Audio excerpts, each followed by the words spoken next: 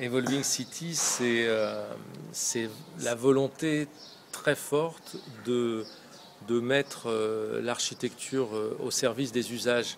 Et comme aujourd'hui les usages sont bousculés par les nouvelles technologies, les façons de travailler, on peut pas construire un cadre et puis leur dire bah, débrouillez-vous, ce que vous voulez inventer, débrouillez-vous pour que ça rentre dans ce cadre.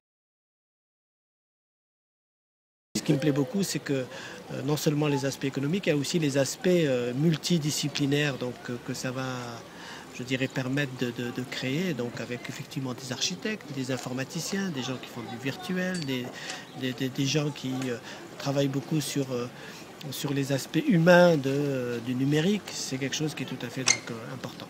Je trouve que c'est un bon projet pour cette ville-là parce que vraiment en termes d'architecture, il y a quelque chose de différent. Je suis très intéressé par la démarche, même si je suis un petit peu sceptique quand même, mais sceptique mais ouvert.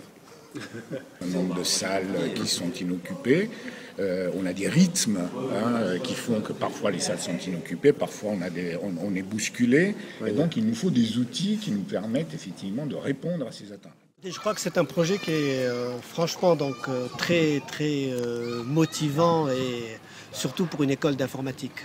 Oui, j'espère qu'on va faire quelque chose qui va fonctionner pour les élèves et pour la ville, et puis qu'on va faire quelque chose qui sera vraiment utilisable. Pas quelque chose de complètement fermé, que la maintenance sera ensuite obligée de transformer pour que ce soit utilisable. Donc avoir quelque chose qui fonctionne. C'est effectivement donc une ville nouvelle avec un certain nombre de caractéristiques, de multiculturelles, mais aussi en termes d'architecture. Et je crois qu'on peut avoir des choses tout à fait donc, originales.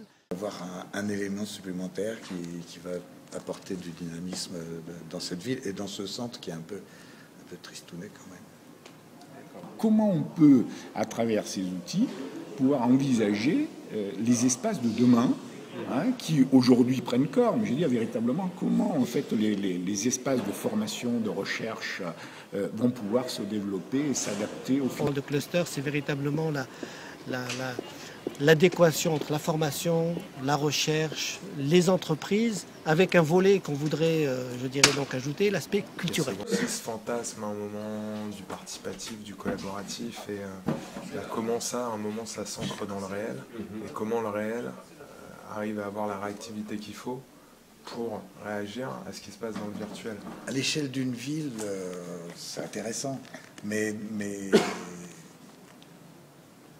une des questions que ça me pose, c'est à qui ça va s'adresser dans cette ville. C'est-à-dire qui va participer. Est-ce que c'est pas en fin de compte une façon supplémentaire de confisquer la ville à une partie des habitants?